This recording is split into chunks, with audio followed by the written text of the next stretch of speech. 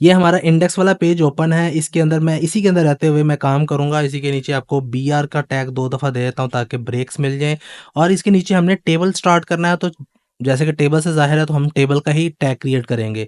तो जस्ट आप टेबल लिखकर इसको टैब दबाएँगे तो आपके लिए टेबल का वो एक टैग क्रिएट कर देगा। इसके अंदर सबसे पहले टेबल्स बनता है रोज़ और कॉलम्स की मदद से।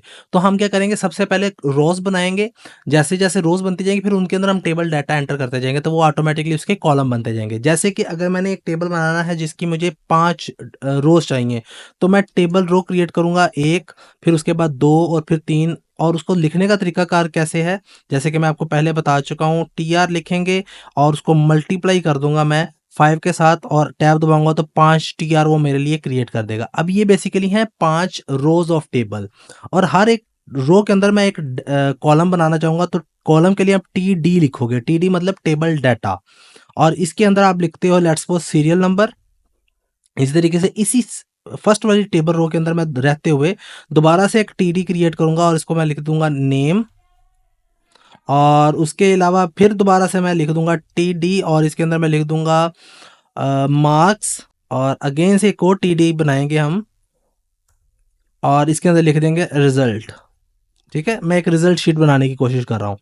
अब ये होगी मेरी पहला टीआर, सॉरी मैंने पहले टीआर की बजाय दूसरे टीआर में लिख दिया, तो पहले वाले टीआर को मैं यहाँ से कर देता हूँ डिलीट। ये समझ लें अब हमारा पहला टीआर बन गया यानी टेबल रो। अब नेक्स्ट टेबल रो में मैं क्या करूँगा, सेम इसी तरतीब को मैं कॉपी करके नीचे पेस्ट करूँगा इस वाले एरिया में, और यहाँ पर मैं पहला सीरियल नंबर था तो मैं यहाँ पर क्या कर दूँगा 1, यहाँ पर मैं क्या कर दूँगा उसका नाम लिख दूँगा उमर, और मार्क्स लिख दूँगा इसके यहाँ पर 669, और रिज़ल्ट यहाँ पर मैं कर दूँगा पास। इसी तरीके से मैं इन यही जो काम है इसको कॉपी करता हूँ और इसके अंदर थर्ड वाली रो में भी कर देता हूँ।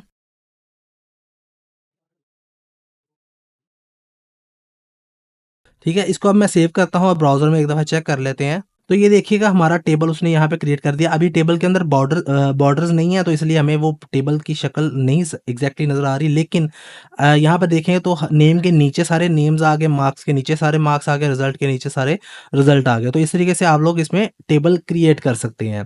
अब टेबल के अंदर यहाँ पर ये जो एरिया है इसको हम हेडिंग बोलते हैं। इसकी हमें एक रो बनानी है जो कि हेडर के तौर पे काम करे। तो मैं ये करूँगा कोड के अंदर जाके जो पहला टी आर था उसमें टी डी की बजाय मैं टी एच लिख दूंगा। T H for table heading, T D for table data. So इसको मैंने ओपन किया है हेडिंग से, तो इसको क्लोज भी हेडिंग से ही करना पड़ेगा मुझे। इसको कर लेते हैं सेव और दोबारा से ब्राउजर में आके देखते हैं हम, और ये देखिए कि पहले वाली रो उसने बोल्ड कर दी। इस तरीके से आप इसमें लिख सकते हैं हेडिंग भी। अब इसी को अगर आप लोगों ने शॉर्टकट वे से बनाना था वो भी आप बना सकते हैं। जैसे कि अगर मैं पहले वाला ही आपको मिसाल दूं, टेबल के अंदर आपको चाहिए एक टी आर, कितने टी आर चाहिए, 5 टी आर चाहिए, और उसी के अंदर आपको टी डी चाहिए, कितने चाहिए टी डी, वो भी 5 चाहिए। बल्कि टी डी के अंदर पहले तो एक डाटा चाहिए आपको, ठीक है, टाइप है, और इसको भी मल्टीप्लाई कर दें आप 5 के साथ।